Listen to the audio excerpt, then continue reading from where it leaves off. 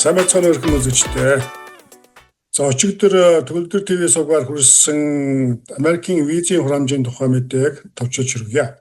За өнгөрсөн сард батлагдсан төсвийн хуулиар Америкийн виз цаашдтай холбоотой маш олон зохицуултууд орсон. Үүний дотор шинэ хураамжуудыг бол тогтоож өгсөн байгаа.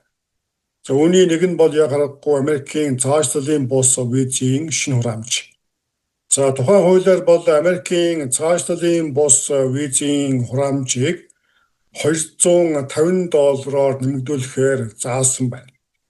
За энэхүү $250 бол бас үндсэндээ одоо хурааж байгаа визийн өргөдлийн хураамж $185 нэмж авах ийм одоо шинэ хураамж юм аа.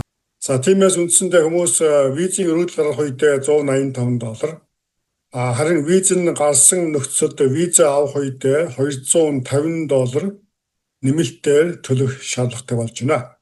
Харин мэдээж виз нь гараагүй хүмүүсийн хувьд энэхүү $250-ыг төлөхгүй байна. За тиймээс эндээс үзэхэд Америкийн цаашлалын бус виз авахад нийтдээ $435 төлбөртэй болохоор байна.